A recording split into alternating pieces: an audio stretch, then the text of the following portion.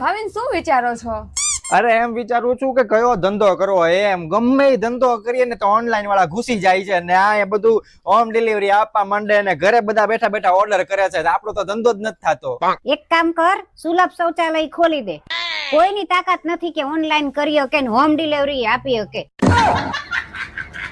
તમને કઈ ખબર જ નથી પડતી. ફુદીનો લેવા મોકલ્યા તને કોથમીર લઈને આવ્યા, ઘરમાં રાખવા જેવા જ નથી. એ હિસાબે તો તારે ઘરની બહાર જ નીકળવું પડે, કેમ કે મમ્મી તો એમ કહેતી હતી કે આ મેથી છે. બેય નવરી બજાર નીકળો અહીંથી. મમ્મી આજ હું દુકાનવાળાને છેતરીને આવી. કેવી રીતે? હું દુકાને 500 મગ લેવા ગઈ ને તો દુકાનવાળાએ કીધું કે જોખીને આપું, તો મેં ના પાડી દીધી કે મારે જોખીને નથી જોતા. પછી મેં એમ કીધું કે મને ગણીને આપો 500 નંગ, તો 500 ને 600 આપી દીધા. અરે ઈ 100 ગ્રામ નહીં હોય, છેતરી ગયો તને. મમ્મી પંખો કરો ને, બહુ ગરમી થાય છે.